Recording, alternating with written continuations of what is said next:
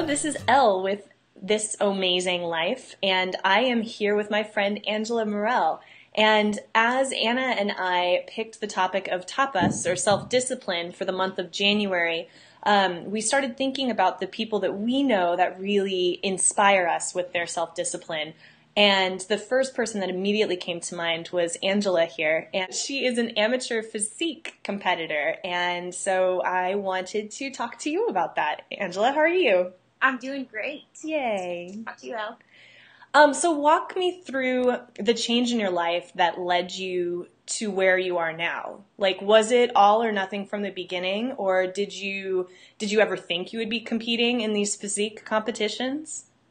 My goals kind of just kept growing as I met new ones. So I originally started, so it's almost been about 5 years now. I literally woke up one day and was like, I've had enough. I don't want to feel bad about myself anymore. I was always had body image issues, and as far as back as like 6th grade, I remember being self-conscious about my weight or how my body looked and stuff like that. So it was after college. I had gone through a pretty bad relationship, breakup, and everything. So I was like, nope, I'm going to do something for me. So this is something that I'm going to do. So I started dieting and I started exercising, and I kind of had an idea of what I was doing, but not really. Looking back now, I had no idea. But that's where it started. And then I hit the ground running from there, and I've never, ever, ever looked back. So it kind of was an all or nothing kind of type thing. And I'm really glad that it has been. Like, it's been awesome. But no, I never would have thought that I would have been walking on stage in a bikini that measures 5 inches across my butt. So it's really far from what I ever imagined, but I couldn't imagine doing anything else. Like, it's awesome. Walk me through what a typical day in your life looks like when you're training.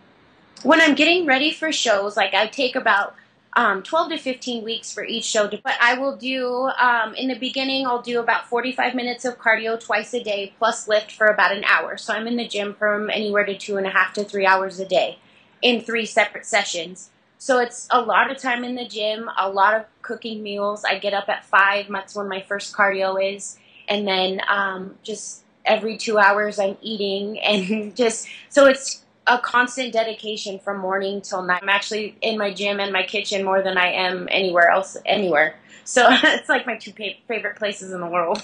And you're doing all of this while working too, right? Yeah, and I work at a restaurant, so that makes life really interesting to be around French fries and cheeseburgers and steak and everything and oh my gosh, desserts. That's my biggest weakness, is my sweet tooth. That's been the hardest thing. That is the hardest thing. It's my love affair with chocolate. Like, so what was the hardest habit to shift out of?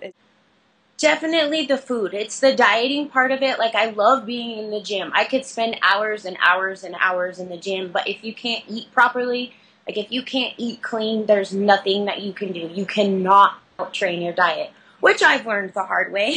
I try to do that, and it's impossible. Like, you have to eat properly, or else you're going to shoot yourself in the foot, pretty much. So that's been the hardest part for me. And in the beginning, it was learning the balance of it. Like, I would go 100% clean, not even, like, if there was a shred of cheese on my food, I wouldn't eat it. I'd be like, I can't have that. It's not, like, I was too disciplined in the beginning, so it was like almost obsessive. Yeah. Kind of like reeling it back in, like, okay, calm down, you can have a French fry every now and then, you're not gonna die, I promise. Like, now it's like trying to learn the balance between the two. That's really, really difficult sometimes. And that's my goal this season, is to learn how to make that balance of my life, because I love this sport and I love doing what I'm doing, but I don't want it to affect the rest of my life, you know what I mean? So it's just, that's my goal, is to find the balance. I'd never really thought that, like, the extreme of the tapas or the self-discipline being obsession, because I'm so generally on this side of it, on the like, oh, I know, but I don't really want to, and so maybe I'll make a million different excuses, and I haven't quite gotten to the point where I'm like super obsessive over the things that I want to do, and maybe I should try to catapult myself to the other side so I can come back into the middle. I've seen both sides of the fence, and I'd rather sit on the middle, to be quite honest. Oh yeah, absolutely. We talk about tapas as being the self-discipline that really lights the fire, that burns the passion to keep it burning. So what is keeping you moving forward? What is your biggest inspiration? I think the biggest inspiration for me, because the first time that I stepped on stage was for me to prove to myself that I wasn't the person that I had always been ashamed of. So that was like, okay, it would have been my worst nightmare to walk on stage into a bikini in front of a crowd full of people and be like, okay, here I am, look at me and judge my body, and that's it. Like, I don't have anything to say to you, but I'm just going to stand here so that you can look at me. And so that was like my proof to myself that I no longer was that person. But now it's kind of shifted. Like, that is my inspiration. Like, yeah, that is who I was. And I went through hell and I worked my ass off to get to where I am today. So, like, that's my inspiration.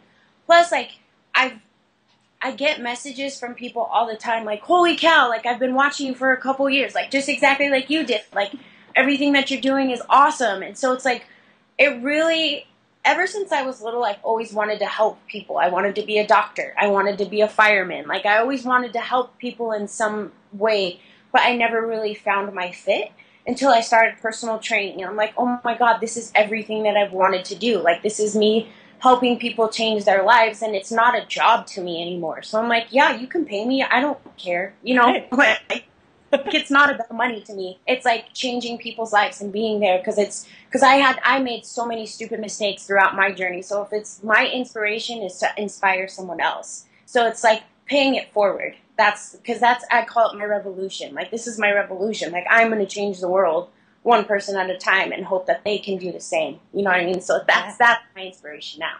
That's so good.